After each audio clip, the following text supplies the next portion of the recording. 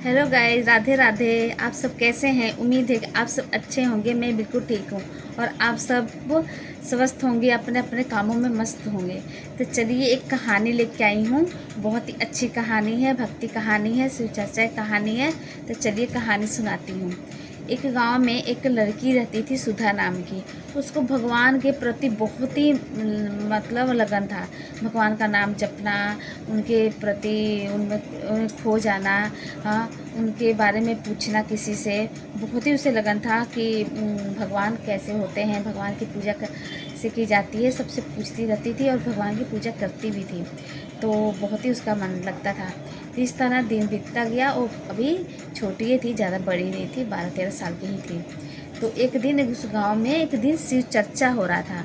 शिव चर्चा हो रहा था तो सभी औरतें शिव चर्चा के लिए बैठी थी। तो फिर वो लड़की भी घूम रही थी गली में। तो देखी एक घर में बहुत सारे औरतें शिव चर्चा के लिए बैठी हैं। तो फिर वो चली गई खेलते खेलते और बोलने लगी, आंटी लोग आप सब क्या कर रही हैं? तो बोले हम शिव चर्चा सब कर रही हैं। तो बहुत ध्यान से बैठ के सुनी शिव चर्चा के बारे में। तो शिव चर्चा में 3 सूत्र है। पहले में दाया मांगना, दूसरे में चर्चा करना, तीसरे में नमन करना। और उसके सूत्र के विधि विधान भी सब जान ली। तो वो बहुत ही तेज़ लड़की थी, भगवान के प्रति उसको लगाव भी बहुत ज़्यादा था। तो बोली, मुझे भी शिव चर्चा का, मुझे भी शिष्य बनना है शिव चर्चा का, मुझे भी शिष्य बनना है गुरु जी का, शिव गुरु का। तो बोली, नहीं नहीं बेटी, तुम तो छोटी हो। सब बोलते, बोली तुम कैसे विधि विधान कर पाओगी? कहते नहीं, मुझे करना ही करना है। तो मैं भगवान की बहुत पूजा करती हूँ, मुझे शिव को गुरु बनाना ही बनाना है। तो इस तरह सभी औरतें ने उसका नाम लिख दिया और उसको शिव को गुरु बना दिया। तो ऐसे दिन बीतता गया। फिर अपने घर आई तो फिर कहने लगी अपनी मम्मी से, मम्मी मम्मी मैंने शिव चर्चा को वो मैं शिव चर्चा में गई थी और मैंने शिव को गुरु बना लिया है और मैं सारे विधि विधान जान गई हूँ और मैं रोज़ पूजा करूँगी और शिव का से दया मांगूंगी, चर्चा भी करूँगी और नमन भी करूँगी।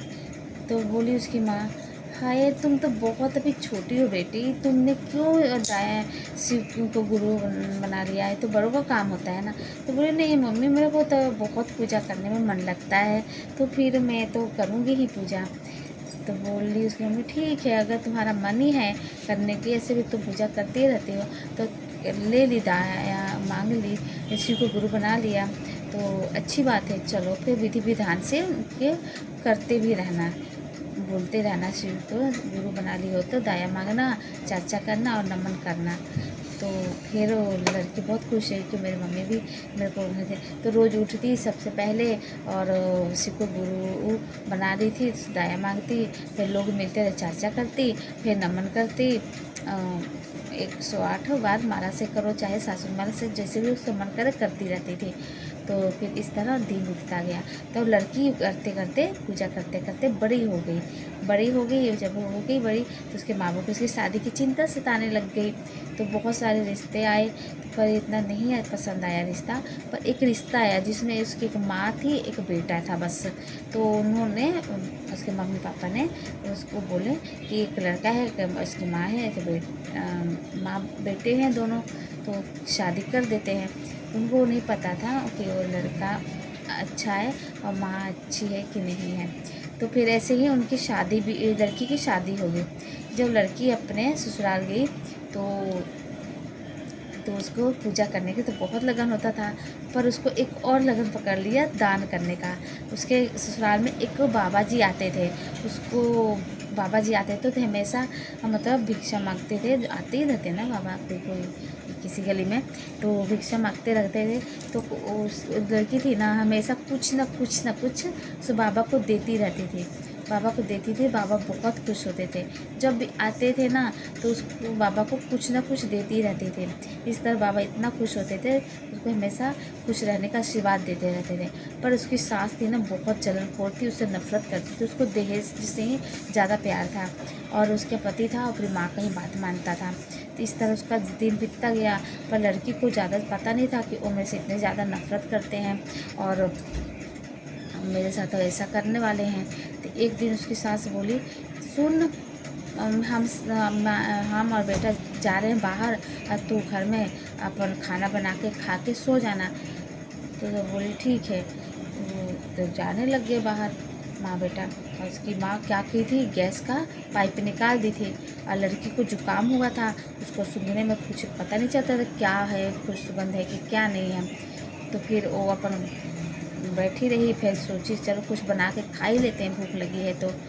और उसकी सास और उसका पति थे, चले गए थे, कह रहे थे पूजा करने जा रहे हैं, पूजा का बहाना बना के चले गए थे मंदिर में, कहते जा रहे हैं पूजा करने, कुछ है मनौती हमारा। और लड़की खाना बनाने की सोचने लगी। जब वो खाना बनाने ही जा रही थी, माचिस जलाने, तले बाबा आ गए।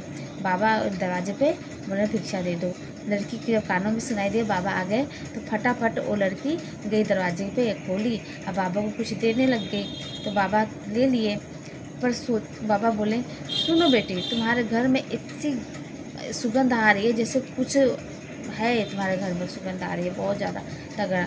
तो बोले नहीं बाबा, मेरे को तो नहीं सुगंध आ रही है। कैसे कहाँ सुगंध आ रही है? तो बोले नहीं है, जाकर चेक करो।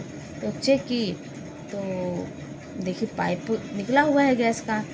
तो बोले हाँ बाबा, आपने तो सही बोला था, गैस का तो पाइप निकला हुआ है। तो बोले बाबा हाँ देखो, तुम्हारे सुगंध तुम्हें क्यों नहीं आ रही थी?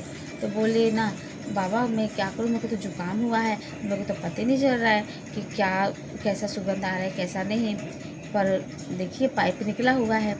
तो समझ गई कि मेरा सास और मेरे पति मेरे साथ कुछ ऐसा करने वाले थे।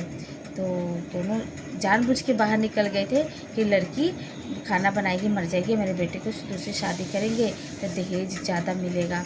उसके पापा दहेज ज़्यादा नहीं दिए थे, पर उसके सास और पति तो लालची थे ही, और दहेज के चक्कर में लड़की को मारना चाहते थे। तो इस तरह लड़की का जान बच गया बाबा के कारण। वो दान पुण्य करती थी तो लड़की का तो जान बच गया, और बाबा से बहुत ज़्यादा आशीर्वाद भी ली। तो इस तरह और शिव चर्चा भी करती रहती थी हमेशा मने मन, भगवान को शिव को गुरु मानती रहती थी, दाया भी मांगती थी मने मन, और चर्चा भी करती थी, और जो भी मिलता था चर्चा करती थी और नमन भी करती थी, हमेशा अपनी विधि विधान से करती रहती थी, क्योंकि पूजा में बहुत ही मन उसका लगता था बचपन से ही, अभी भी वही करती रहती थी यहाँ भी आके। तो फिर इस तरह बाबा ने उनकी जान बचाई। फिर उसी समय उसके फ़ोन की घंटी बजी तो फिर सुनाई दिया कि तुम्हारे पति और तुम्हारी सास का एक्सीडेंट हो गया है। पति तो थोड़ा सा चोट लगी है, लेकिन तुम्हारी जो सास है ना उसको बहुत गंभीर रूप से चोट लगी है। तो फिर वो सुनी तो फिर रोते रोते हॉस्पिटल गई तो देखी पति तो है, थोड़ा सा चोट लगा था, ये सास थी बहुत ज़्यादा चोट लगी थी। तो ऐसे भगवान को सामने गई और बोले हे भगवान, जो मैं आपको पूजा करती हूँ तो हमारा तो परिवार छोटा ही है, तो इस तरह जो पूजा करती हूँ तो हमारे परिवार को ठीक कर देना। उसके मन में अभी भी इतना नहीं था शंका, लेकिन वो सोचती थी ऐसे ही हो गया होगा, गैस का पाइप निकल गया हो किसी तरह। तो अपने भगवान से मांगने लगी। अब फिर उसे बाद में पता चला, मतलब पता चली गया कि इन दोनों ने ही निकाला था। फिर भी बोली कोई बात नहीं, मेरा छोटा परिवार है भगवान, तो मेरे परिवार को बचा दो, और अगर गलती हुई होगी तो सब कुछ क्षमा कर दो। ये सब प्रार्थना कर रही थी। उसकी सास ने भी सुन लिया, उसके पति ने भी सुन लिया। सुनने देखिए कि इतना दिल की कितनी अच्छी है। तो फिर उन्होंने उसकी सास रोने लग गई, कहने लगी मुझे माफ़ कर दो बेटी, मैं तुमसे नफ़रत करती थी, दहेज के चक्कर में मैं तुम्हारा पाइप निकाल दिया था। भगवान के देखो कि मेरा ही एक्सीडेंट हो गया और बहुत हम एक्सीडेंट से घायल भी हो गए हैं।